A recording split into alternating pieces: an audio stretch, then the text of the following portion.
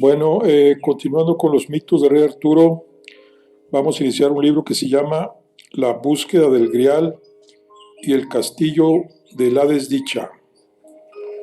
Y vamos a iniciar con el capítulo 1, que se llama De hombres y monstruos. Bueno, iniciamos. De hombres y monstruos. La noche cayó sobre el angosto valle del feudo de Linor. Lo hizo de forma repentina, como solía suceder cuando las jornadas comenzaban a acortarse y el otoño ya intimaba con los rigores del inminente invierno. Junto con las sombras, desde la cima pelada de los montes, descendieron también las espesas brumas, envolviéndolo todo en un hálito oscuro, a un tiempo tétrico e irreal. En el castillo que se enseñoraba solitario de la vaguada desde la cima de una colina, Sir Rumwald, señor de aquellas tierras, dio orden a sus jóvenes vástagos Robert y Selwyn de que hicieran encender una hoguera en lo alto de cada uno de los torreones de la modesta fortaleza, como era costumbre en las noches nebulosas como aquella. Así lo habían hecho sus antepasados durante generaciones, con el fin de ayudar a los viajeros que con frecuencia se extraviaban en aquella región sombría y brumosa, cuando la noche y la niebla los sorprendían por los caminos que cruzaban la heredad. A lo largo de los siglos, la casa de Linor se había labrado una merecida reputación hospitalaria, pues sus señores nunca se habían negado a dar cobijo a quien lo solicitara, ya fuera en tiempos de paz o de guerra. La noche será fría y brumosa. No me extrañaría que tuviéramos alguna visita inesperada, dijo el duque, acercando su sitial al fuego de la gran chimenea que se abría en el frente oriental del salón principal. En una estancia noble pero austera, como casi todo entre aquellos viejos muros, tan solo un par de tapices decoraban uno de los lienzos de piedra bajo los altos techos artesonados, además de varias panoplias muy antiguas, cuyas piezas habían comenzado a ser víctimas del óxido. La región era en extremo húmeda, como atestiguaba también la exuberante vegetación que crecía en la ribera de los dos cursos de agua que surcaban sus valles antes de desembocar en el Témese. Los fuegos ya han sido encendidos y serán visibles en millas a la redonda, padre, dijo Roberts, descendiendo por la estrecha escalera de caracol que conducía a los pisos superiores. Dos viejos criados terminaban de recoger los restos de la cena.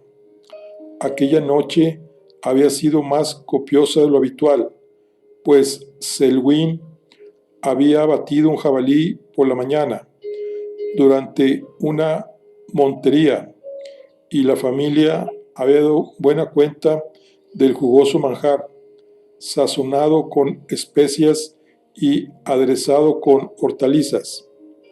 Junto a la gran mesa de roble, Roxiene, la primogénita de Rumwald, daba puntadas a la luz de un candelabro, concentrada en una labor de costura.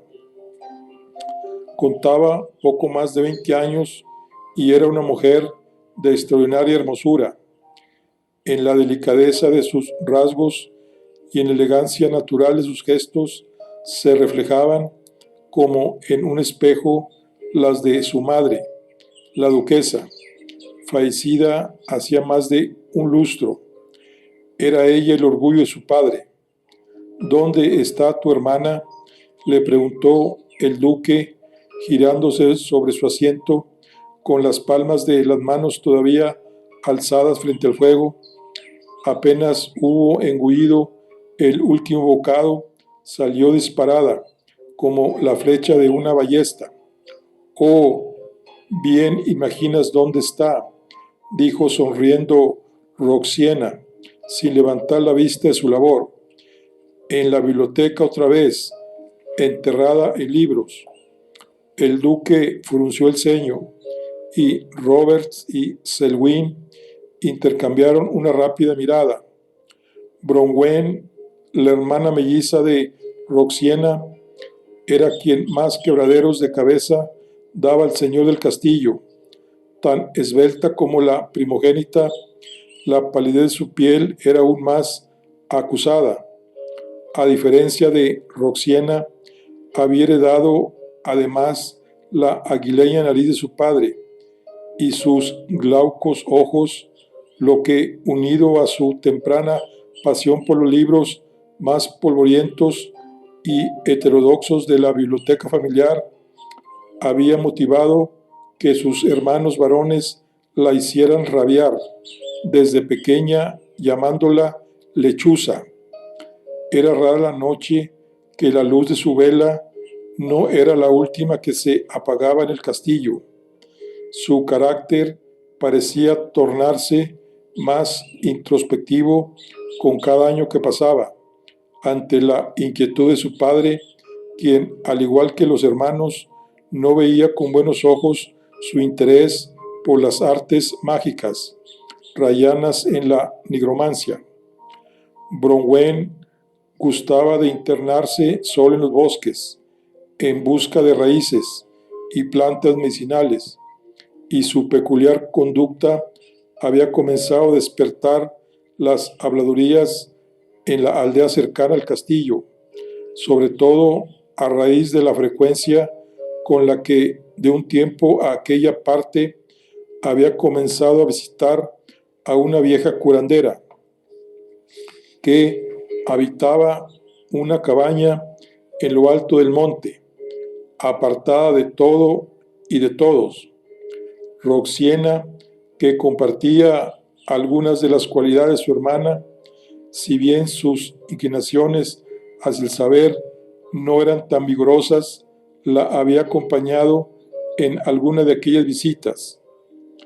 A Sir Rungwalds le habría gustado reconducir a la menor de sus hijas, pero intentarlo era una batalla que había dado por perdida tiempo atrás, después del fallecimiento de la madre, pues había algo indómito en Bronwyn, una avidez de conocimiento considerable en el fuego frío que ardía en sus ojos claros, una fuerza que se negaba a ser sometida y que rehuía las convenciones. Con todo, era su hermana Roxana, con quien poseía un vínculo profundo y casi sobrenatural, pues en ocasiones ambas parecían poder comunicarse con el solo pensamiento. La que solía interceder por ella con dulces y protectoras palabras. Bastaba una sola, pronunciada por la niña de sus ojos, para aplacar a Sir Rungwalds y quitar hierro a la situación. Qué necesitadas estaban sus hijas de algo de sociedad, de alguna oportunidad para abandonar, siquiera temporalmente, aquel feudo apartado y umbrío, pensó el duque, mientras contemplaba fijamente las caprichosas formas que las llamas adquirían frente a sus ojos. Estaba Sir Rungwalds inmerso en aquellos barruntes cuando el sonido de un cuerno en mitad de la noche anunció la llegada de algún forastero a las puertas del castillo. Roxana alzó la vista de su costura y Robert y Selwyn depositaron sobre la mesa las copas de vino que sostenían, prestos a averiguar de qué se trataba. Antes de que abandonaran la estancia, sin embargo, un sirviente entró en el gran salón. Un grupo de jinetes, señor, dijo el criado, inclinándose ante el duque. 7 caballeros en viaje hacia el norte. Se han extraviado por la niebla y solicitan refugio. He ahí nuestras visitas, dijo Sir Runwals sin levantarse de su asiento. Abrid las puertas y hacedlos pasar. Preparad las habitaciones, ordenó al sirviente antes de dirigirse a sus hijos. Salid a recibirlos. Mis huesos crujen cada vez que se exponen al reglente nocturno. Las instrucciones del señor del castillo fueron obedecidas al punto. El puente levadizo cayó con un prolongado chirrido y los goznes de las grandes puertas de madera chirriaron al abrirse las hojas. Envueltos en una humareda blanca por la bruma y el aliento de sus caballos, los jinetes cruzaron el umbral de la fortaleza como escupidos por la propia noche y el frío, sus sombras agigantadas por el fuego de las antorchas. Su presencia fue estruendosamente anunciada por el repiqueteo de los cascos sobre el suelo del patio de armas. Cuando Robert y Selwyn, que habían salido a recibirlos, les ofrecieron luz con las teas que portaban en la mano, se quedaron sobrecogidos al ver de cerca a los recién llegados.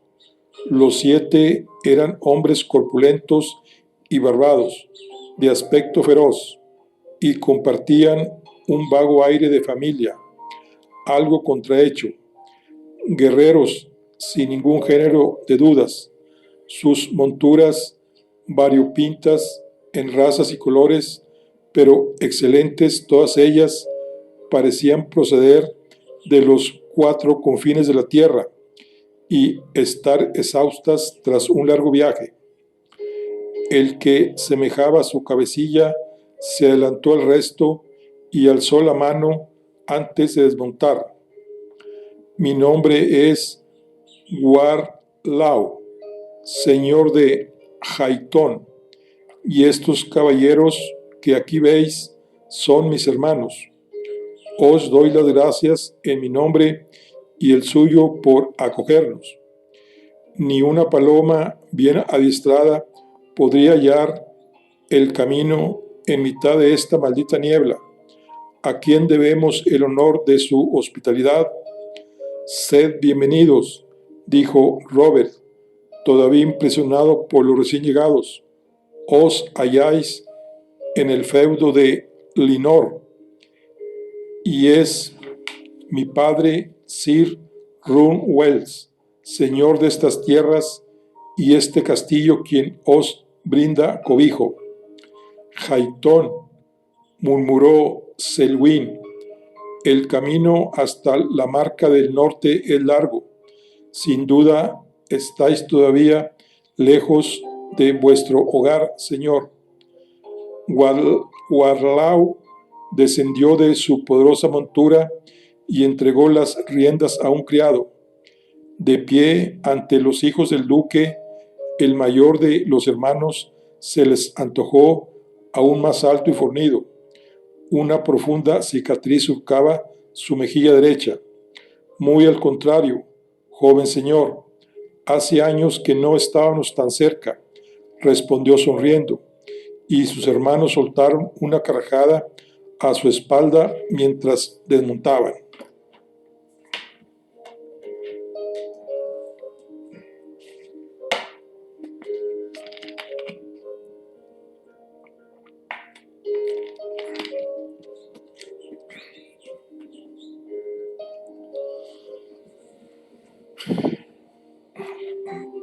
Más tarde, de nuevo en el gran salón, donde el duque hizo servir a los viajeros algo de cena, una vez estos se hubieron instalado, los anfitriones pudieron saber más de sus huéspedes. Explicó Wallau que después de muchos años viajaban a su hogar a tomar posesión de su herencia, pues su padre, señor del feudo de Haitón, había fallecido recientemente. Lamento vuestra pérdida, dijo Sir Runwals desde la cabecera de la mesa. Mas, ¿qué os mantuvo lejos de vuestro hogar durante tanto tiempo? La guerra, respondió Wallau, mientras devoraba con formidable apetito una pata asada. O las guerras, más bien, pues hemos librado muchas de ellas, a uno y otro lado del angosto mar, añadió, y varios de los hermanos emitieron un gruñido cómplice y entrechocaron sus copas con las manos grasientas. ¿Sois mercenarios?, preguntó Roberts antes de que su padre pudiera siquiera censurarlo. Somos caballeros, como vos, mi señor, le respondió Wallau, al tiempo que lanzaba una mirada al duque que quería ser tranquilizadora. Sencillamente, y a diferencia de un vasallo, decidimos a quién prestamos nuestro brazo y a quién no. Así pues, os batís en efecto por lucro. ¿Qué honor hay en ello?, replicó airado el joven, educado en la más noble y estricta tradición caballeresca. Roberts, lo amonestó su padre, son nuestros invitados. Descuidad, Sir Runwals, respondió Wallau con una tenebrosa sonrisa. Tras tantos lances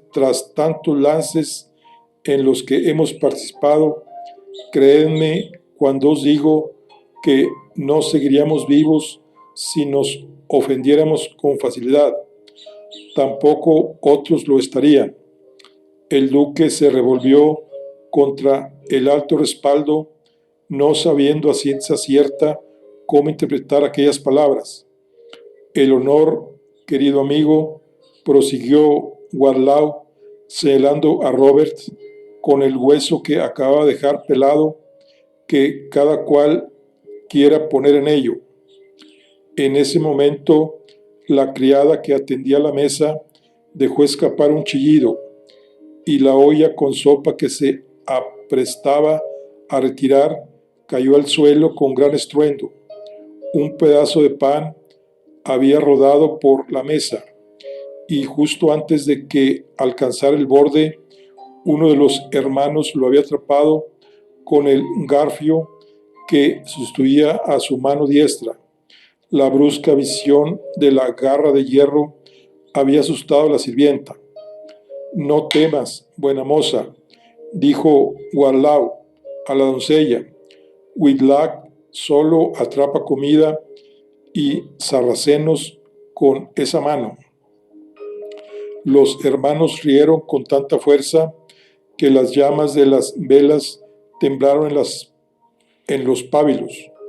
A su luz, los habitantes del castillo pudieron fijarse ahora con más detenimiento en sus invitados, pues hasta ese momento la presencia apabullante de Guardelau y su voz cavernosa habían acaparado toda su atención.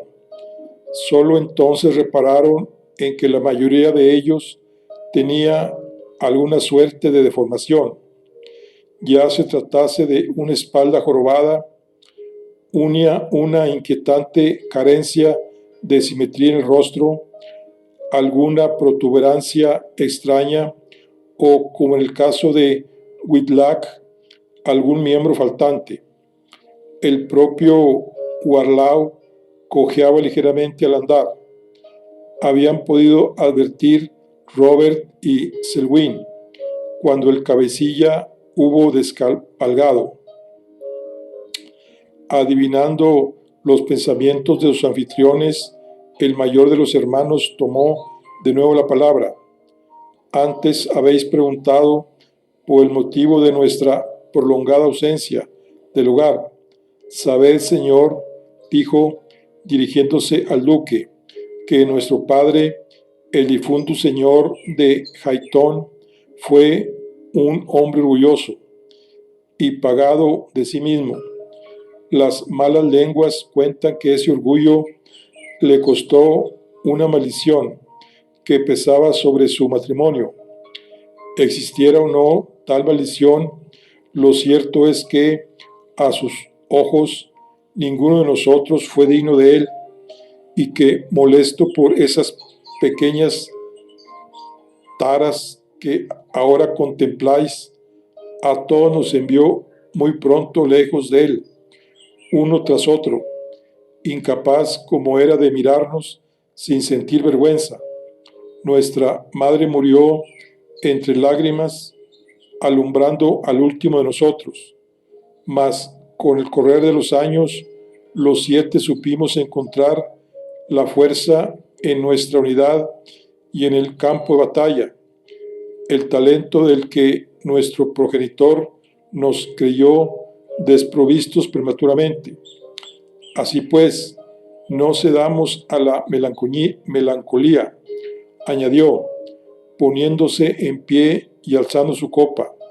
Hoy, aquel que nos despreció yace bajo tierra, y el nuevo señor de Jaitón se dispone a tomar posesión, junto a sus hermanos, de los predios norteños que por derecho le pertenecen. Larga vida a la casa de Jaitón. Larga vida, repitieron los hermanos, levantándose ruidosamente y alzando sus copas. También el duque y sus hijos alzaron las suyas, si bien vacilaron unos instantes antes de hacerlo, incomodados y desconcertados por la franqueza del relato de su huésped y el pozo de amargura que contenía. Padre, nos retiramos a dormir. Se escuchó entonces que decía una voz femenina, y la gentil silueta de Roxana se recortó contra la puerta del salón. Tras ella, tomada de su mano y con la vista fija en el suelo, estaba Bronwen. Las hermanas habían permanecido en otra ala del castillo, más apartada, donde se hallaba también la biblioteca. No queríamos dejar de saludar a nuestros invitados. Sed bienvenidos, nobles señores, añadió Roxana. En la gran estancia se hizo un silencio espeso. Warlau seguía con la copa alzada en el aire, pero la sola visión de Roxana, a la que miraba fijamente, parecía haber paralizado todos sus músculos. Varios de sus hermanos intercambiaron sin disimulo sonrisas y guiños. Visiblemente tenso, Selwyn aferró con fuerza el cuchillo. Robert lo conminó a contenerse con una mirada. Caballeros, dijo Sir Runwals, les presento a mis hijas, Roxane y Bronwen. Las hermanas se inclinaron cortésmente. Hay un tiempo para la guerra y otro para el amor, murmuró Warlau, no tan bajo como para que los hijos del duque no lo oyeran, antes de continuar en voz alta.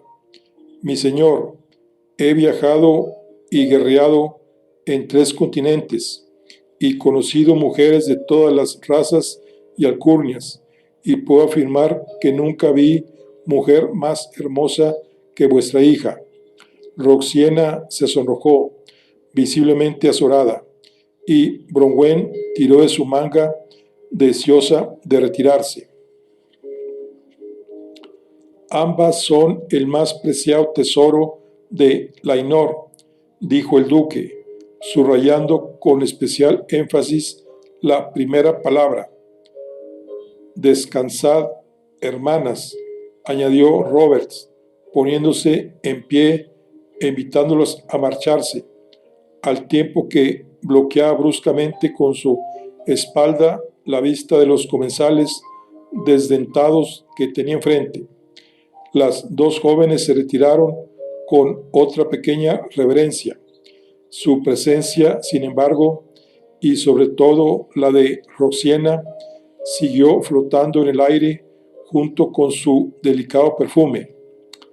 El resto de la cena transcurrió en un silencio tenso, aderezado de tanto en tanto con formalidades o comentarios triviales del duque o de Warlaus, mientras Selwyn no apartaba la mirada de aquellos de los hermanos que todavía persistían en intercambiar gestos cómplices y procaces. A la mañana siguiente, cuando todo estuvo dispuesto, Guardalao se negó a partir sin despedirse de las hermanas. No osaríamos cometer tal descortesía, dijo al duque, subrayando esta vez él la última palabra. Cuando las dos jóvenes descendieron hasta el patio de armas, los huéspedes tornaron a devorarlas con la mirada. Adelantándose al resto, Guardalao tomó la mano de Roxana e, hincando la rodilla para besarla, le dijo: «Volveremos a vernos, mi señora», a lo que ella no supo qué contestar, más allá de retirar rápido la mano besada con una mueca refleja de desagrado. «Se hace tarde», intervino el duque. «Será mejor que partáis ya si no queréis que la niebla vuelva a atraparos en estos valles». «Así es, aunque no imagino mejor prisión que este castillo, mi señor», dijo Warlaw, sonriendo, sin quitar los ojos de encima a la primogénita. Cuando las puertas de la fortaleza se cerraron tras los viajeros intramuros, todos respiraron aliviados. «Sucios mercenarios», dijo Roberts, «que sus predios se los traguen vivos. Dios quiera que no volvamos a verlos jamás».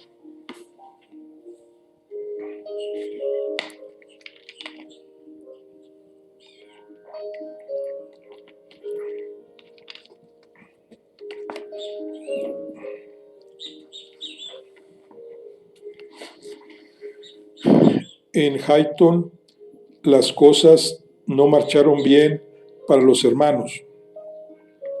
Los lugareños eran gentes de natural reservado y suspicaz, y los recién llegados no habían pisado su hogar en décadas. Fueron recibidos con frialdad por sus nuevos vasallos, que antes lo habían sido de su padre. En la región no tardaron en empezar a circular rumores sobre las atrocidades supuestamente cometidas por los guerreros en sus muchas y lejanas campañas, y muy pronto no hubo ninguno de ellos que no hubiera sido bautizado con algún mote cruel en alusión a sus deformidades. A pesar de la cuantiosa hacienda que habían heredado, los intentos de algunos de ellos de buscar esposa en la comarca se vieron frustrados por la misma hostilidad general. Así las cosas, la tensión no tardó en estallar, y antes de que se hubiera cumplido el mes de su llegada, los puñales de los torvos herederos se habían cobrado media docena de vidas, tanto nobles como plebeyas, en varias riñas y enfrentamientos. Solo así, destripando a los que osaban desafiarlos abiertamente e imponiendo un régimen de terror, pudieron establecer un precario y brutal cerco de respeto en torno a sí mismos. Durante ese tiempo, y como había sucedido durante el viaje de regreso, el recuerdo de la bella Roxiene acompañó a Guadalao, hiriéndolo a cada paso. El leve pero perceptible gesto de displicencia que la doncella no había podido reprimir en la despedida no había hecho sino incendiar aún más al guerrero y alimentar su deseo de poseerla. Él sabría cómo aplacar sus ínfulas de dama aldeana, se repetía una y otra vez, por ser un hombre sempiternamente agraviado, se había acostumbrado a lo largo de una vida violenta a tomar lo que deseaba sin pedir permiso, casi siempre a punta de espada. También había estado tentado de desenvainarla la mañana de su partida en Linor y de rebanar de un tajo el cuello de los dos hijos del duque para borrar de sus rostros barbilampiños sus impertinentes mohínes de disgusto. Si se había contenido era porque ya había germinado en su cabeza la idea de que solo empezó a cobrar verdaderamente forma cuando, medio año después de su llegada, las tierras de Aitón comenzaron a enfermar y las cosas se torcieron definitivamente para los hermanos. De manera incomprensible, los campos de su heredad y poco después los de las vecinas comenzaron a pudrirse. Lenta pero inexorablemente, un extraño mal empezó a extenderse, afectando cada vez más territorios y tornándose yermos. Nadie acertaba a comprender qué estaba pasando, e incluso se enviaron mensajeros a Camelot solicitando la ayuda del rey Arturo, pero ésta no llegaba, y no tardaron en correr de boca en boca acusaciones contra los últimos en arribar, los asesinos que solo habían portado problemas. La tensión se recrudeció. ¿Es esa también parte de su herencia? Otra maldición. Pudríos en el infierno, tú y esta tierra miserable, dijo Guardalao frente a la tumba de su padre, en la húmeda cripta del castillo, antes de escupir sobre el sarcófago de piedra labrada. El alma torturada de Guardalao bullía. ¿Hasta cuándo iba a maldecirlos la suerte? Pronto el hedor de la tierra podrida se hizo insoportable entre las paredes de la fortaleza, y el primogénito de Haitón decidió no posponer más la decisión que estaba madurando. Regresaría a Linor para pedir la mano de Roxiena y hacer la suya. Sería él quien aportase la dote en ese caso, pues saltaba a la vista que, a pesar de su rancia solera, el remoto ducado había conocido tiempos mejores, y sin Runwals no estaba sobrado de recursos. Guardao y los suyos sabrían devolver al feudo su antiguo brillo e imponer una nueva ley en aquel valle apartado. Por otro lado, si cometía la imprudencia de rechazarlo, el duque tampoco contaba con muchos hombres a su servicio y casi con seguridad mal adiestrados y poco curtidos. El primogénito reunió a sus hermanos y les expuso sus intenciones, que podían perder en las presentes circunstancias. Como siempre había sucedido desde la infancia, los 6 asintieron con gregario entusiasmo y un atisbo de lujuria en los ojos. Irían con él al fin del mundo, pues nada le restaba ya en la agonizante y maloliente Highton. El día de la partida, Guardalao ordenó a sus hermanos y a sus criados, los únicos 7 que no los habían abandonado, cargar el cuantioso tesoro de su padre. Cuando todo estuvo dispuesto, prendió fuego al castillo. Ninguno de ellos volvió la cabeza ni una sola vez. No pensaban regresar.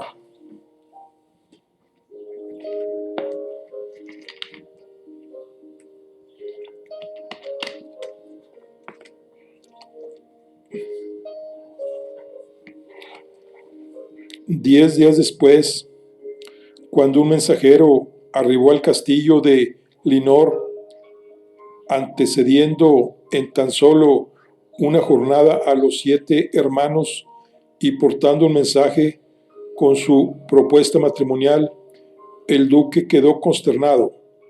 Padre, no vuelvas a abrir las puertas de nuestro castillo a esas hienas, dijo Roberts, a quien la sola propuesta ofendía.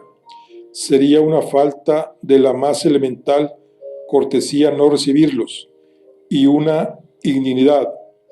Nuestro linaje se ha enorgullecido siempre de su hospitalidad, respondió con firmeza Sir Runwals. Por más que nos desagrade, su propuesta es legítima, además de generosa. Nuestras arcas están casi vacías, bien lo sabéis. ¿No estarás pensando en serio considerarla?, gritó Selwyn con los puños crispados. No he afirmado tal cosa, reculó Sir Runwals, y será vuestra hermana, además, quien tenga la última palabra. Solo entonces se volvieron los 3 varones hacia Roxana, quien había enmudecido y los observaba con los ojos muy abiertos. De pie, a su lado, Bronwyn pasó las manos sobre los hombros de su hermana y miró a su padre con severidad. En sus ojos brillaba, como siempre, una fiera determinación. Si los dejas entrar de nuevo, nos condenarás a todos.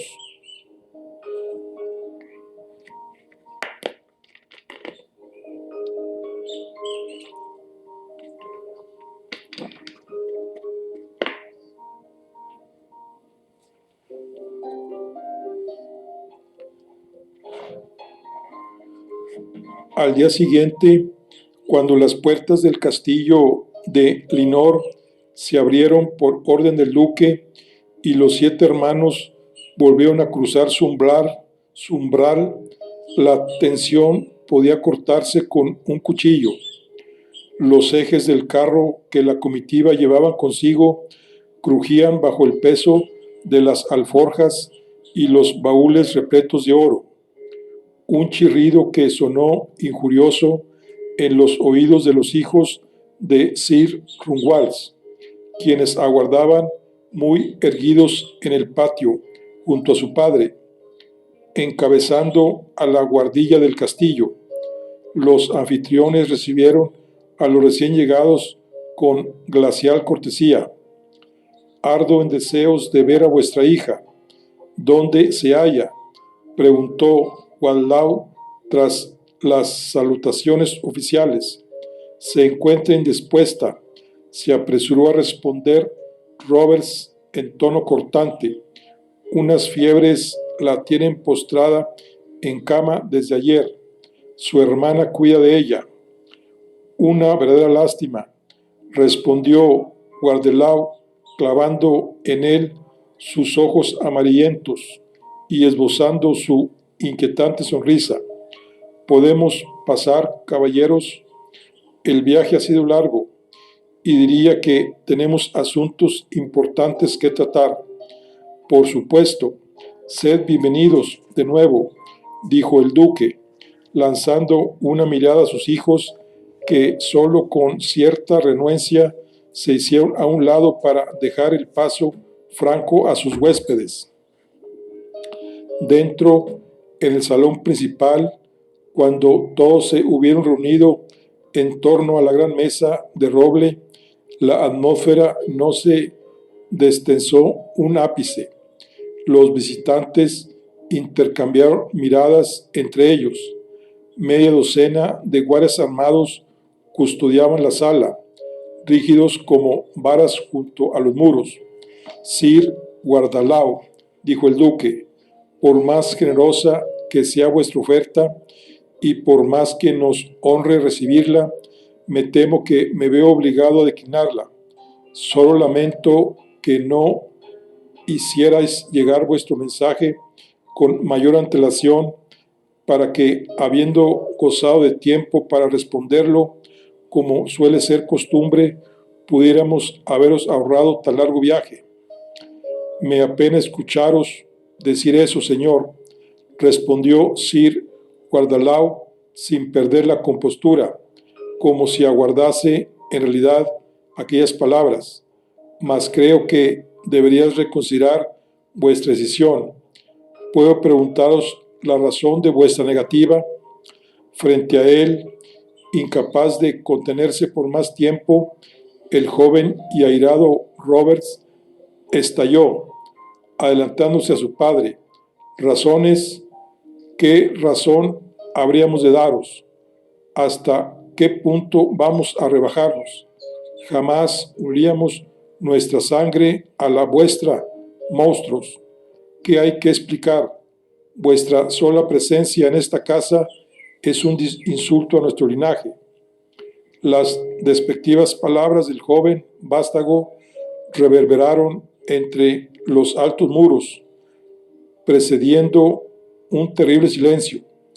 Esta vez Sir Runwald no hizo amago de aplacar a su hijo, pues las aletas de su nariz temblaban también de indignación.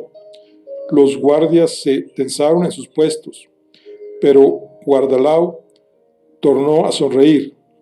¿Acaso aquel petimetre no le acababa de brindar la oportunidad que esperaba? Sea pues, dijo, celebro que las cartas estén por fin encima de la mesa y podamos dejar a un lado las formalidades. Seré muy claro, señores, no nos iremos de aquí hasta que la doncella escoja un esposo. Tiene 7 donde elegir, añadió, extendiendo el brazo y la palma de su mano y haciendo un gesto desenvuelto en dirección a sus hermanos. Estos sonrieron, mostrando sus bocas desdentadas, y se llevaron la mano al cinto, anticipando lo que seguía. ¿Cómo os atrevéis?, replicó el viejo duque, golpeando la mesa con el puño y poniéndose en pie. También sus hijos se levantaron, y antes de que su hermano pudiera impedirlo, presa de la cólera, Robert desenvainó su espada.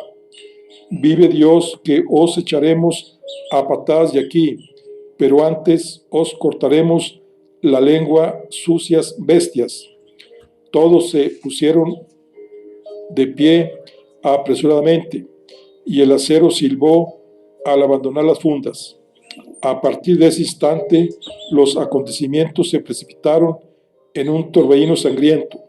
«¡Guardias!», gritó el duque, mientras los hermanos de Guardalao se giraban ya para enfrentarlos. En cuanto al primogénito de Haitón, también él desenvainó su espada y fue directo al encuentro del airado Roberts.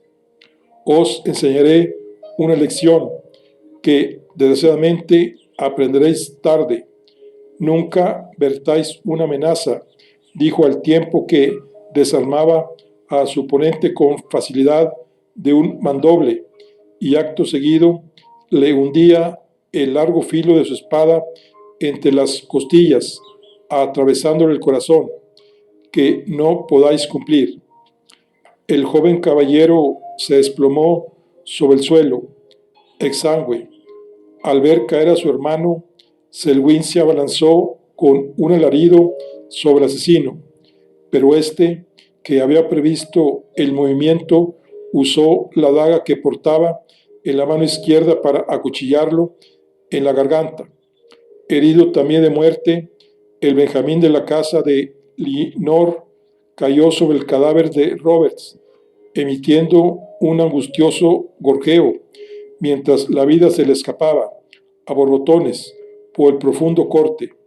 A su lado, sin tiempo para reaccionar, enloquecido de dolor, el duque soltó su espada y cayó de rodillas junto a los cuerpos de sus hijos, mas nada podía hacer ya por ellos. La boca del señor del castillo se abrió para dejar escapar un grito mudo. Sobre él, Warlaw alzó su espada antes de asestar el golpe y descabezarlo con un tajo limpio. A su alrededor, sus hermanos daban cuenta de los últimos dos guardias, mientras en el castillo comenzaba a retumbar los gritos espantados de los sirvientes, y el resto de la exigua guarnición descendía atropelladamente desde los torreones.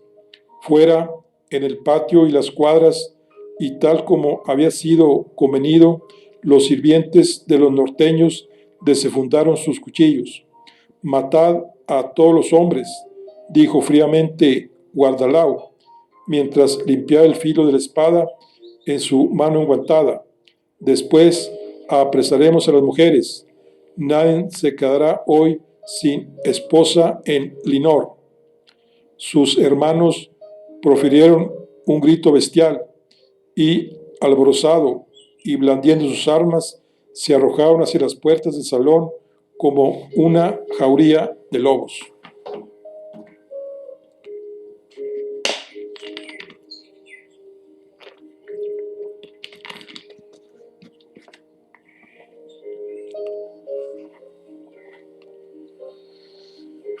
La matanza fue tan atroz como expeditiva. Desprevenidos y descabezados, los hombres del duque fueron arrollados por el furor homicida de los hermanos y aniquilados uno tras otro. Sintiéndose en su elemento, los asaltantes sembraron el terror en el castillo, como tantas otras veces habían hecho en otras tantas fortalezas y moradas del ancho mundo. Aquellos pocos que lograban escapar a su cerco eran acuchillados sin piedad por los sirvientes que aguardaban en el patio, previniendo que nadie pudiera salir del castillo para dar la voz de alarma. Aterrorizadas también, la media docena de criadas y doncellas del castillo se refugiaron en el ala oeste, la más apartada, donde Roxiana, con el corazón destrozado, las acogió apresuradamente.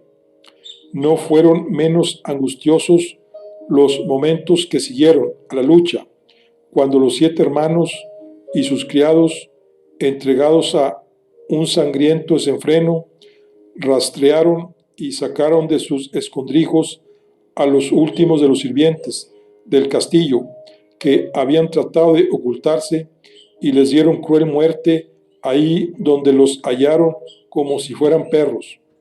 De todos los habitantes de la fortaleza, solo la indómita Bronwen encontró el coraje necesario para abandonar sus aposentos y, en una carrera suicida, tratar de alcanzar la terraza del torreón occidental para hacer sonar la campana que había en ella, con el fin de alertar a los vecinos de la cercana aldea.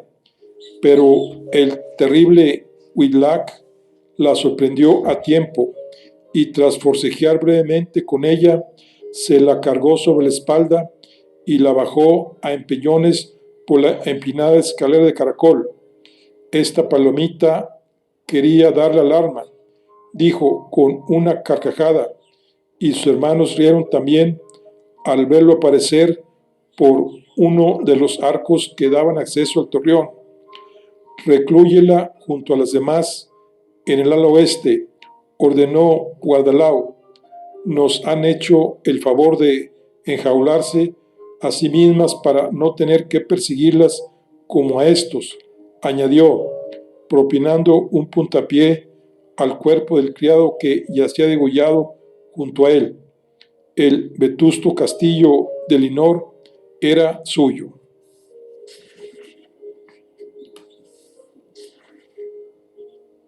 Bueno, aquí concluimos la charla del día de hoy. Recuerden, estamos con el libro de La búsqueda del Grial y el castillo de la desdicha. Nos vemos en la siguiente.